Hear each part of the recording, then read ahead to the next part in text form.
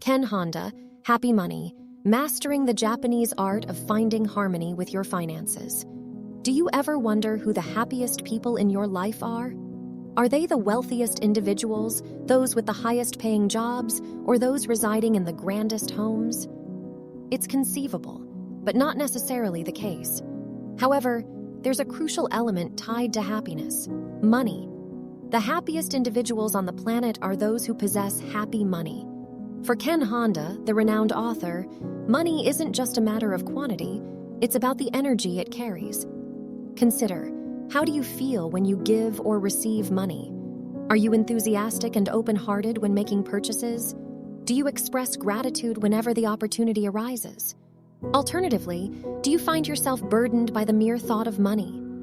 In this episode, you'll uncover the secrets to transforming the money you possess and the money you circulate in the world into happy money, ultimately fostering a sense of contentment and balance in your financial life. Number 1, money, the spectrum of happiness. In the realm of wealth, there exist 2 distinct categories: happy money and unhappy money, and the distinguishing factor is the energy they carry. In Japan, it's not entirely uncommon, as it might seem in the West, for a stranger to request a glimpse inside your wallet, although it remains somewhat unusual. Ken Honda, the author, encountered just such an intriguing scenario at a party. During this event, a woman he had only recently met politely requested to see his wallet, to which he complied. With a discerning eye, she focused on the currency. "This one seems content," she declared after inspecting the first bill. The second elicited a similar response, as did the third. As she returned his wallet, she extended her congratulations. His money was deemed to be in good spirits. She had been checking to see if his money was smiling. For Ken Honda, who had authored numerous books on the subject of money, this encounter was entirely novel. Money could smile? By extension, could it frown too? The enigmatic woman elucidated the concept. The emotional context in which money is given or received determines its disposition. If money is transferred in anger or tainted by guilt, it becomes unhappy money. Conversely, when it is presented joyfully to a loved one, it transforms into happy money. In essence, money possesses its own unique energy. Money is energy. Upon this revelation, the author's comprehension deepened. He had, after all, engaged with a diverse spectrum of individuals throughout his career, dispensing financial counsel to both the affluent and the less fortunate. He was acutely aware that happiness was not merely a product of one's monetary abundance. In his experience, he had encountered affluent individuals living in perpetual fear of losing their wealth, plagued by a sense that their riches were acquired through dubious means. There were those ensnared in high-paying jobs they detested, and others who had acquired substantial divorce settlements, but found no solace in their gains. Conversely, he had also known individuals grappling with financial hardship, feeling trapped in an unhappy relationship with money. Yet he had also been fortunate enough to cross paths, albeit less frequently, with individuals who possessed happy money. They cherished their vocations, devoted time to their families, and often exhibited remarkable generosity towards charitable causes. Were they the most affluent individuals he knew? No, they were not. However, they undeniably ranked among the happiest. The encouraging news is this: the power lies within you. We are speaking in metaphorical terms here. Perhaps the mysterious woman possessed certain mystical abilities, or perhaps not. The pivotal factor is that whether money is categorized as good or bad hinges on attitude. It is you, both the bestower and the recipient of your finances, who imparts it with your unique energy. You have the capability to bestow happiness upon your money. Number 2, crafting your unique money relationship. We all possess the power to shape our own dynamic with money. What does money represent to you? If you ask a diverse group of individuals, you'll receive a myriad of responses. For some, money is akin to a deity, while for others it assumes the persona of a malevolent force. It can symbolize love, servitude, an assortment of tangible notes and coins, or even an abstract concept. Yet the significance you attribute to money profoundly influences how you interact with it and engage in the financial game. Not everyone perceives money as a game, but those who exude confidence in their financial pursuits often do. However, they're not playing to outdo others. Their primary objective is to feel like champions on their own terms. In essence, they are extracting precisely what they desire from money.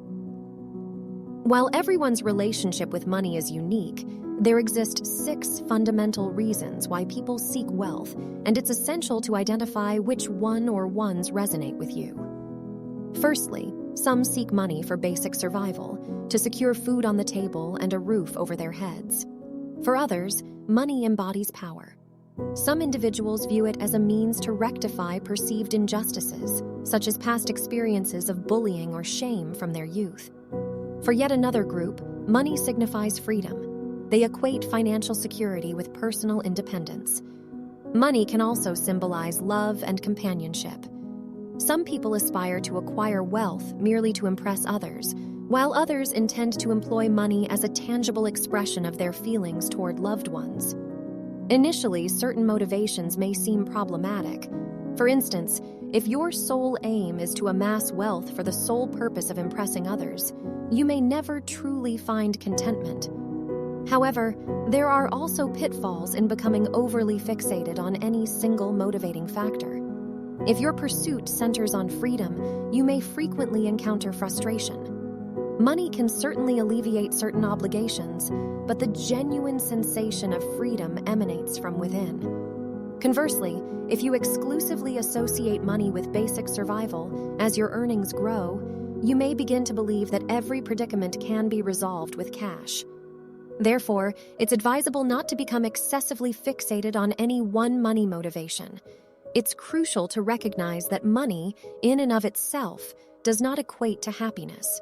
Rather, it serves as a versatile tool that can facilitate the attainment of other desires and needs. Adopt a Zen-like approach. Remain composed, accepting, and present in the moment. Instead of craving too little or too much, strive to possess precisely what you need. If your money exudes happiness, you'll naturally feel grateful for what you possess. This gratitude will manifest through your actions as you seize every opportunity to express your thanks. Give it a try. It will not only bring happiness to your life, but also to your money, and radiate positively to those around you. Number 3, the significance of your money EQ. Your money EQ, or your emotional relationship with money, holds greater importance than your money IQ. When you contemplate money advice, what typically springs to mind?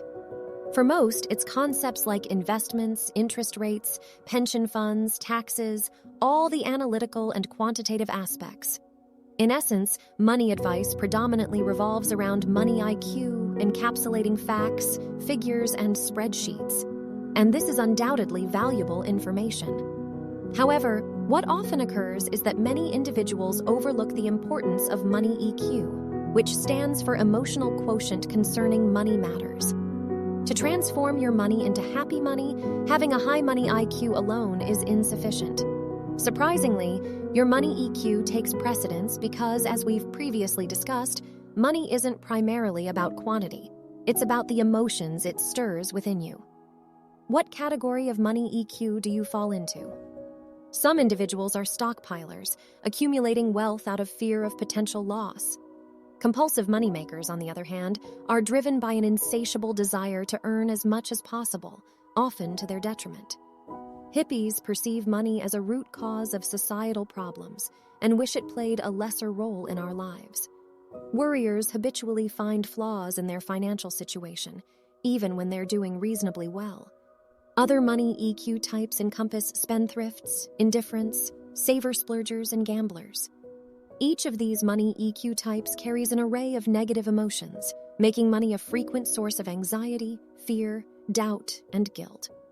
This underscores the critical importance of comprehending your personal money EQ, allowing you to identify and rectify detrimental financial habits. So how can you achieve this? Irrespective of your money EQ type, consider these tips. Firstly, embrace receiving money joyfully. When someone bestows money upon you, whether it's your salary or a gift, cultivate a genuine sense of gratitude. Embrace it with joy. Receiving money under a cloud of negativity will perpetuate negative feelings about it, so practice relishing the process. Secondly, cultivate trust. This may appear daunting, especially if you're facing financial challenges.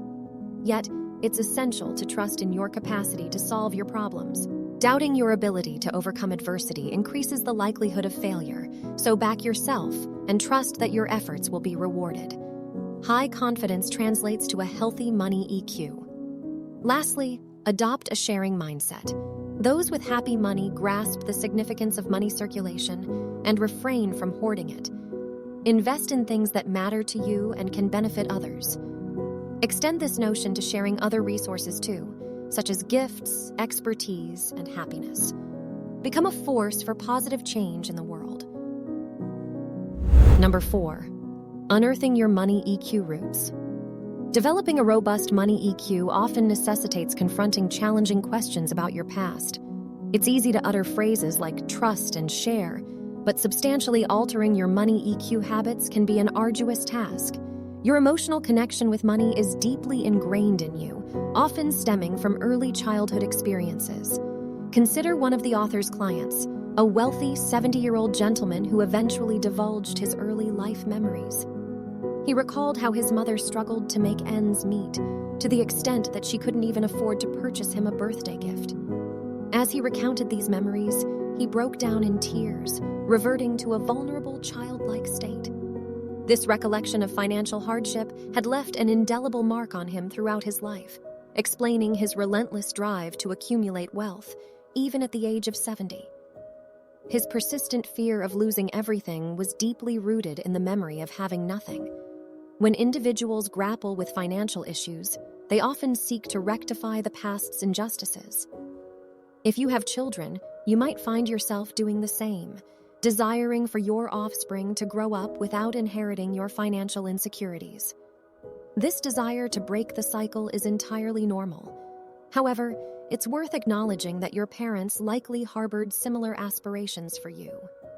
If you genuinely wish to comprehend your own relationship with money, delving into the past to your grandparents can provide valuable insights since they significantly influenced your parents. Take, for instance, the author's revelation about his grandfather.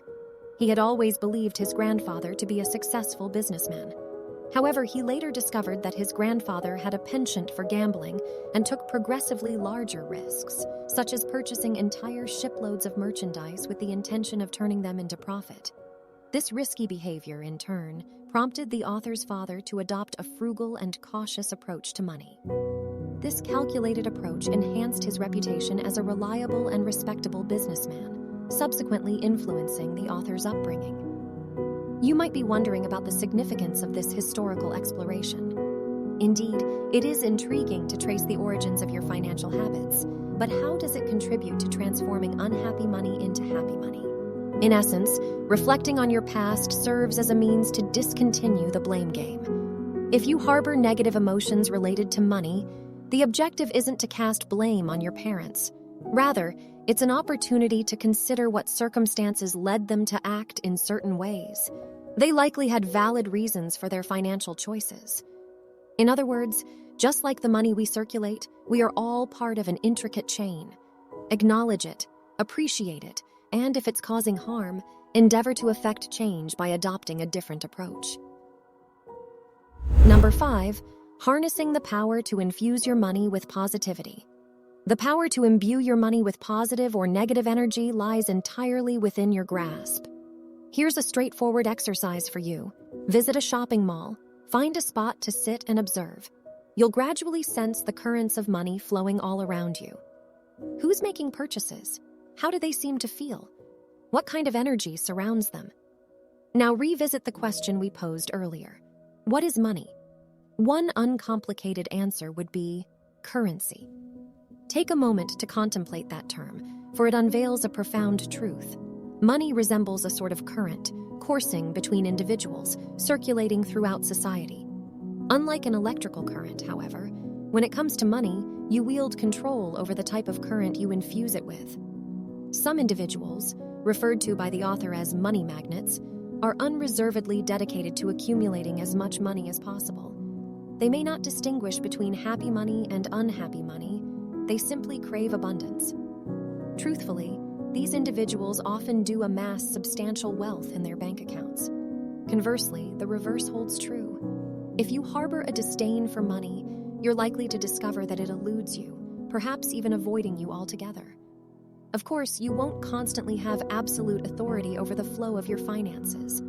There will be moments when more money is exiting than entering, while at other times, the reverse will be true. Nevertheless, your attitude remains steadfastly under your control. During prosperous periods, adhere to two vital principles. Firstly, take a moment to express gratitude and appreciation for your good fortune. Revel in your newfound abundance and remember to say thank you. Secondly, make prudent investments in yourself. Understand that leaner times may lie ahead, so engage in sensible planning and set aside some funds for the future. When you encounter periods of financial hardship, maintaining a composed demeanor can be challenging. However, it's crucial to recognize that such situations are temporary. Trust in your ability to navigate through them and make improvements. Express gratitude for the assets and opportunities you do possess. Strive to uncover the path that leads not only to prosperity, but to genuine happiness. Ultimately, the control over whether your money exudes happiness or discontent resides with you. It's astonishing how much better you will feel when you empower your money with happiness. Here are some parting tips. Embrace generosity. Contribute to charitable causes, share gifts with friends, and provide more than necessary, even when settling bills if you're content with the service. Practice gratitude. Celebrate and acknowledge the money you receive. When making purchases, ensure that the shop owner knows the joy your acquisition has brought you. And most importantly, express gratitude frequently. Challenge yourself to convey gratitude at every conceivable opportunity. You'll be astounded as the energy of your money undergoes a transformative shift. You'll begin to witness the presence of happy money all around you. So here is the final takeaways. Money's energy, the key to happiness. Money possesses an inherent energy that can render it either happy or unhappy. Remarkably, whether your money radiates joy or discontent is a far more accurate indicator of your overall life satisfaction than the sheer quantity of wealth you accumulate. By cultivating a robust money EQ in addition to a proficient money IQ, you can acquire the skills to infuse your money with happiness. This transformation benefits not only you, but also society as a whole. Here's a practical piece of advice. Engage in real-world shopping experiences. In this era of relentless digitalization, physical brick-and-mortar stores have displayed unexpected resilience. The author offers a straightforward explanation. They offer a more enjoyable and engaging experience. Moreover, the human interactions you encounter in these settings possess an inherent value that often goes underestimated. So when the opportunity arises, opt for a real, in-person store over its digital counterpart. Engage with the store staff. Extend your gratitude to them. Commemorate your purchases, and in doing so, release happy money into the world. An act that has the potential to create ripples of positivity beyond your own life. As we conclude this journey into the world of money and happiness, remember that your relationship with money is not static. It's a dynamic force you can shape and guide. By embracing the principles of happy money, you have the power to transform your financial life and, in turn, your overall well-being. We hope this exploration has inspired you to reflect on your own money mindset and consider how you can infuse your money with positive energy.